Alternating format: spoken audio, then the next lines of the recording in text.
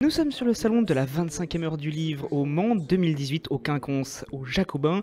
Je vous présente un nouveau livre maintenant, celui La mélancolie du kangourou de Laure Manel. C'est aux éditions Michel Lafon. Bonjour. Bonjour. On s'était rencontrés la dernière fois pour La délicatesse du homard. Cette fois, c'est La mélancolie du kangourou. Un titre encore avec un animal. Pourquoi ce choix déjà? Alors, il fait référence à mon héros Antoine, et un petit peu comme le homard faisait référence à mon héros masculin précédent. Voilà, on a décidé avec mon éditeur de rester sur la lignée des animaux. Bon, peut-être pas comme ça pour 10 années, mais pour l'instant c'est comme ça. Alors on retrouve votre style, hein, même si c'est des sujets différents, on a toujours des sujets sociétaux dans le sentiment, les émotions. Et comme le dernier là, c'est la reconstruction après un drame. Oui, effectivement, j'aime bien ce sujet de la résilience et de la reconstruction après un drame, effectivement, comment on arrive à se relever malgré les épreuves de la vie, c'est un sujet qui me touche beaucoup. Et effectivement, c'est le point commun un petit peu entre ces deux livres-là. Parce que votre personnage, Antoine, il va vivre un événement tragique, un véritable choc. C'est un drame immense. Le lecteur, il peut être que touché et triste pour ce personnage. Oui, en effet, évidemment, n'importe quel lecteur, masculin ou féminin d'ailleurs, s'imaginerait être à sa place, et personne n'aimerait être à sa place, évidemment. Vous pouvez nous dire ce que c'est justement cet événement-là qui va le bouleverser? Oui, Antoine, en fait, va être papa pour la première fois, et finalement, pendant l'accouchement, sa femme décède. Donc il se retrouve veuf et père d'une petite fille dont il ne sait que faire. C'est un sujet donc très triste. Et là, c'est au début du livre, alors que dans l'ancien, c'était pas trop dans cette forme-là, pas dans cet ordre-là. Oui, là, l'événement dramatique, c'est vraiment le point de départ. Donc du coup, le roman, c'est vraiment toute l'histoire de la reconstruction après ce drame. La reconstruction d'un homme, savoir rebondir en fait. Et avec le temps, il a commencé à s'ouvrir, à se reconstruire. Et c'est tout là l'intérêt du roman. Oui, voilà. Alors ça va être très long, évidemment, hein. Il tombe en dépression, il fuit dans son travail, il rejette plus ou moins consciemment sa petite fille, il n'a pas du tout envie de s'en occuper. Mais bon, effectivement, petit à petit, il va s'ouvrir un petit peu et il va aussi voir la vie différemment après cette épreuve. Et puis finalement, en se relevant, il va voir la vie d'une autre manière. Vous venez de dire que c'est très long, oui, parce que niveau temporalité, c'est sur une période assez large, ça se compte en années. Oui, voilà, l'histoire se passe à peu près sur 3 ans et demi, donc jusqu'à ce que la petite Lou rentre à l'école, en gros, les quelques mois qui suivent son entrée à l'école. On va parler de Lou, sa fille, tout à l'heure, mais d'abord, on va parler aussi du personnage de Rose. C'est un personnage qui est aussi crucial et important, parce qu'elle s'occupe justement de cette petite fille, mais elle ne fait pas que s'en occuper, c'est pas qu'une nounou, hein.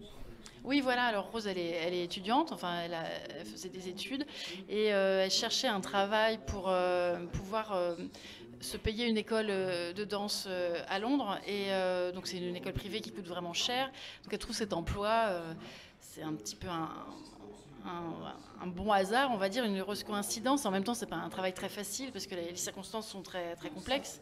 Donc, elle va s'occuper de cette petite Lou, mais effectivement, elle ne s'occupe pas juste d'un nourrisson, elle est toute petite.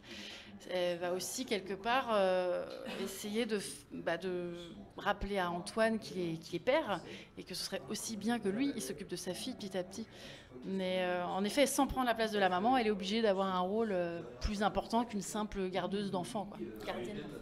Ce qui est très dur, justement, avec ce père, c'est que avec cet enfant-là, au début, il ne l'aime pas, parce qu'elle est née le jour où sa femme est décédée, et ça, c'est très compliqué. Oui, voilà. Donc effectivement, par exemple, la fameuse date anniversaire, on voit l'anniversaire, le premier anniversaire de Lou, le deuxième. À chaque fois, cette date qui devrait être heureuse est synonyme aussi de renvoi au deuil. Et donc c'est comme un peu une gifle qui revient avec un effet rebond. Un an après, il pense qu'il commence à aller mieux. Et en fait, cette date anniversaire lui fait revivre des moments très douloureux. Donc la- le bonheur de l'anniversaire de Lou est toujours entaché chaque année, et le sera toujours finalement, puisque ça coïncide avec la perte de sa femme. Ça, on n'y pense pas tout de suite forcément à ça quand on apprend que justement il y a eu ce décès pendant l'accouchement, mais c'est après, au fur et à mesure, qu'on va comprendre que oui, cette date-là est marquée à vie, et ça va être dur pour lui, mais aussi pour sa fille quand elle va grandir. Voilà. Bon, alors Lou, elle est vraiment trop petite pour vraiment se rendre compte. Elle n'a pas connu sa mère, donc elle n'est pas forcément dans la nostalgie de sa maman. Et puis du coup, elle est très attachée à Rose qui, sans le vouloir, hein, a quand même un peu pris cette place-là. Parce que justement, Rose, elle reste beaucoup de temps dans cette maison, elle s'en occupe vraiment, et c'est même des fois à la limite, et même les voisins d'Antoine lui disent que ça pourrait être presque sa maman, en fait. Ça remplace un peu, quoi. Alors les voisins, ce sont des amis d'Antoine, donc eux, ils ont un regard un petit peu étonné, on va dire. Ceux qui sont vraiment négatifs par rapport à cette relation, c'est les beaux-parents d'Antoine, les parents de Raphaël qui est décédé. Eux, évidemment, ils voient l'arrivée de Rose d'un très mauvais œil, et surtout, ils considèrent que c'est qu'ils forment une espèce de famille, enfin que c'est pas très clair cette situation quelque part. Vous mettez aussi des lettres à l'intérieur de ce roman. C'est Antoine qui écrit ça à sa femme. C'est une sorte de libération pour lui d'écrire. On ne sait pas trop en fait si finalement il lui écrit ou si c'est ce qu'il pense. Enfin, en tout cas, c'est un genre de message qu'il lui envoie ou quelque chose qu'il voudrait lui dire. Donc effectivement, par intermittence dans le roman, il y a ces petites incursions d'Antoine qui s'adresse à Raphaël et ça permet un peu de voir du coup à la première personne ce que lui il ressent à l'instant T et comment il évolue et ce qu'il veut dire de sa nouvelle vie à sa femme. Donc le rôle de Rose avec Lou, il évolue parce que la petite est grandie aussi et ça crée de plus en plus de situations en fait avec le papa qui lui aussi commence à évoluer. Et puis après il va se passer forcément des choses qu'on va pas forcément dévoiler pour ne pas gâcher aussi le plaisir des lecteurs. Mais c'est cette relation-là en fait entre Rose, le papa et puis la personne qui s'en occupe et sa fille. Oui, et puis Rose, en fait, elle a 21 ans, elle est très jeune. Elle a aussi tout son groupe de copains. Et quelque part, c'est un peu la bouffée d'oxygène, clairement. C'est une jeune femme très pétillante on le devine un peu à la fin du roman, pourquoi elle est comme ça, pourquoi elle aime tant la vie. Et c'est justement parce qu'elle est pétillante et qu'elle est très poreuse à toutes les petites joies de l'existence. Elle est dans la contemplation, elle aime vraiment cueillir un petit peu les petits plaisirs du quotidien. Et ça, Antoine, il ne voyait pas du tout. Il était de toute façon plongé dans son travail. Donc petit à petit, il s'ouvre à ça et c'est elle qui lui ouvre les yeux. Et quelque part, du haut de ses 21 ans, alors qu'elle est beaucoup plus jeune que lui, elle va lui faire découvrir une espèce de philosophie de la vie très différente de ce dans quoi il était jusqu'à présent. D'où vous vient cette envie d'écrire sur ce thème-là, l'inspiration pour ce sujet si particulier et si dramatique? Il me vient du fait que, par exemple, moi j'ai eu un accouchement très difficile et je me suis quand même dit, bah tiens, s'il m'était arrivé malheur, qu'est-ce qui se serait passé après? Et ma propre grand-mère maternelle est décédée en accouchant. Je ne l'ai pas connue, hein, ma mère avait 16 ans. Et voilà, mon grand-père s'était retrouvé tout seul avec 6 enfants à l'époque. Donc ça vient de là.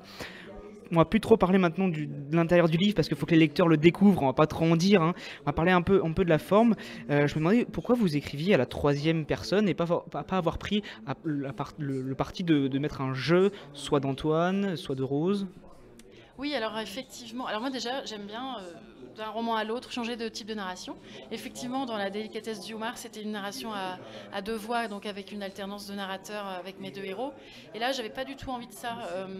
J'avais envie qu'il y ait ce regard extérieur et en même temps, en jouant sur la focalisation interne, on a quand même le point de vue de l'histoire par les deux personnages, mais ça reste en troisième personne. Ça me paraissait plus intéressant pour cette histoire-là, tout comme le choix de la narration à la première personne me paraissait plus intéressant pour le précédent roman. Donc moi j'aime bien changer. Mais effectivement, les espèces de messages qu'envoie Antoine à Raphaël, ça permettait d'avoir quand même sa façon de parler et des petites incursions de narration à la première personne. Vous avez dévoilé il y a quelques semaines sur les réseaux sociaux le début d'écriture d'un nouveau roman. Est-ce que vous pouvez en dire un peu plus? Alors ce sera un roman un petit peu différent. Une comédie dramatique. Donc cette fois-ci, pas d'histoire de rencontre, de résilience, quelque chose de différent. Est-ce que vous avez une date de sortie ou en tout cas une fourchette de mois? Ce sera au mois d'avril l'année prochaine, 2019. Avril 2019. Et vous travaillez avec des étiquettes pour les personnages. Vous écrivez des noms pour essayer de ne pas vous perdre ou en tout cas créer une intrigue avec ça? Oui, je vois que vous êtes bien renseigné. Alors en fait, oui, en fait, avant d'écrire un roman, je fais beaucoup de recherches, pas forcément des recherches très techniques, mais je m'imprègne vraiment de mon histoire, de ce que j'ai envie de raconter. Je prévois une trame, les nœuds dramatiques, les rebondissements, j'écris tout un synopsis. Mais en fait, avant d'écrire le synopsis, justement, oui, en l'occurrence, j'écrivais des scènes importantes sur des petits papiers de couleur, parce que j'ai beaucoup de personnages pour mon prochain roman. Enfin, beaucoup de personnages. Disons, plusieurs personnages au même niveau de l'histoire, et avec des intrigues imbriquées. Et donc, je voulais pas m'y perdre, je voulais aussi que l'intrigue soit équilibrée. C'est pour ça que j'utilisais des couleurs un peu par rapport à par rapport à mes personnages ou mes duos de personnages, pour équilibrer l'intrigue et puis être sûr de rien oublier. Voilà. Avant de mettre mon synopsis en forme, j'aime bien jouer avec les étiquettes et me dire, bah, tiens, cette scène-là c'est plus là, non, celle-là c'est plus là. Voilà, tout simplement. C'est très artisanal. Il y a quelques années, vous écriviez encore en e-book. Après, votre roman est sorti en papier, plus de 50 000 exemplaires vendus. C'est un chiffre très important. Après un second roman, comment vous avez vécu ces résultats-là et puis la réussite que ça en découlait? Je ne vais pas vous dire que c'était pas un rêve dès le départ, mais en même temps, ça reste complètement incroyable. En fait, j'y crois toujours pas. Je crois que je suis sur mon nuage. Je suis pas prête de redescendre. Je ne sais pas comment expliquer. C'est vrai que la délicatesse du homard en numérique a tout de suite fonctionné incroyablement. Donc c'est pour ça qu'il a intéressé plusieurs éditeurs. Il a plutôt bien marché en grand format, mais le poche là, lui donne un troisième souffle complètement incroyable et ça ne fait que commencer, j'ai l'impression. Les gens en parlent beaucoup sur les réseaux, là j'ai plein de retours pendant le salon, c'est impressionnant. Et donc le kangourou, j'ai plein de retours vraiment super aussi, des coups de cœur. Donc je ne sais pas comment expliquer ça, mais en tout cas c'est vraiment super. Enfin, ouais, c'est un rêve. Et vous n'avez pas eu la pression en écrivant celui-ci, en pensant à la réussite de l'autre, ou même pour le prochain qui va arriver? Ah si, je l'ai. Je l'ai toujours. On a toujours peur de décevoir son lectorat. Moi, je sais que comme le prochain est un peu différent, j'ai justement peur quelque part de les décontenancer, de les désarçonner peut-être même. Mais moi, j'ai envie de me faire plaisir, j'ai envie d'écrire ce qui me plaît quand j'ai envie d'aborder un thème ou une façon d'écrire, et je me dis, si je me fais plaisir à moi, ça fera forcément plaisir à certains lecteurs, peut-être pas à tout le monde évidemment, hein. Peut-être que je vais en perdre en cours de route, qui reviendront plus tard, peut-être que aussi je vais en gagner d'autres, parce que ce sera un roman différent, et puis il y a plein d'autres projets derrière, donc à la fois je m'en fais pas trop, à la fois effectivement au moment de l'écriture, oui, je me mets la pression. Bon, j'ai heureusement une éditrice qui est absolument géniale et qui me soutient, qui me rassure et qui me dit, mais vas-y. Et je suis persuadé que ça réussira à titre personnel, et je pense qu'aussi vos lecteurs seront satisfaits. Merci beaucoup pour toutes vos réponses. Merci beaucoup à vous. Nous étions sur le salon de la 25e heure du livre au Mans 2018 avec Laure Manel pour son livre La mélancolie du kangourou. C'est aux éditions Michel Lafon. Bonne journée à vous.